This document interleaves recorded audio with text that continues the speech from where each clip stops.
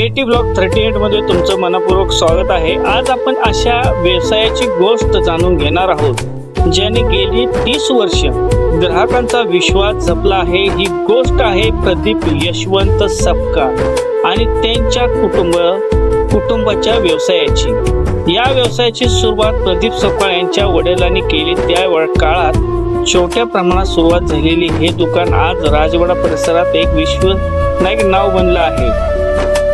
सपकाळ हे नाव आज अनेक ग्राहकांच्या विश्वासाचं प्रतीक आहे। या दुकानात बिस्किटे, टोस्ट, चॉकलेट, गोळ्या, तंबाखू आणि अशा अनेक वस्तूंची मोठी विविध उपलब्ध आहेत। अनेक वर्षाच्या प्रामाणिक व्यवसायामुळे ग्राहक आज आवर्जून या दुकानात खरेदीसाठी येतात।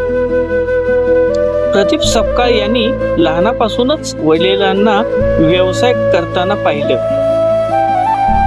ग्राहकांशी कसं बोलायचं, मालाची गुंतवणूक कशी राखायची आणि विश्वास कसा जिंकायचा हे त्यांनी वडिलांकडून शिकलं गेलं। पण ते फक्त दुकानापुरतं थांबले नाही, तर त्यांनी स्वतःचा मेहनत करत सातारा जिल्ह्यातील अनेक दुकानांना प्लास्टिकच्या पिशव्यांचा पुरवठा करण्याचं कामही सुरू केलं।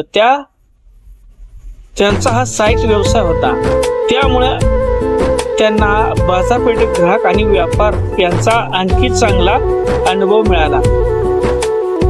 हळूहळू त्यांनी वडिलांचा व्यवसाय पूर्णपणे सांभाळण्यास सुरुवात केली। व्यवसायात काही नवीन बदल केले, ग्राहकांच्या गरजा समजून घेतल्या आणि सपकाळ ब्रदर्स या नावाची ओळख आणखी मजबूत केली।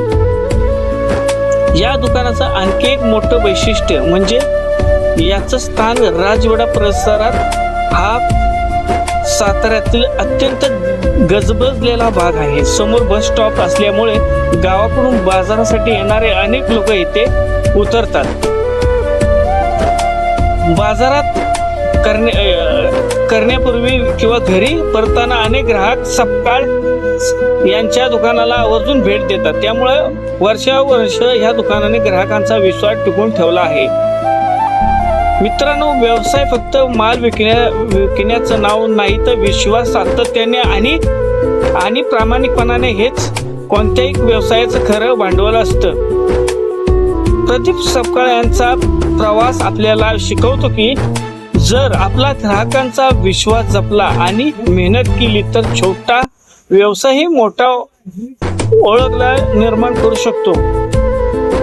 जर आम्हालाही असाच प्रेरणादायी उद्योगाच्या ज्या योगगाथा पाहायच्या असतील तर केटी ब्लॉग 38 चॅनलला सबस्क्राईब करा, व्हिडिओला लाईक करा आणि तुमचं मत कमेंटमध्ये नक्की सांगा। धन्यवाद।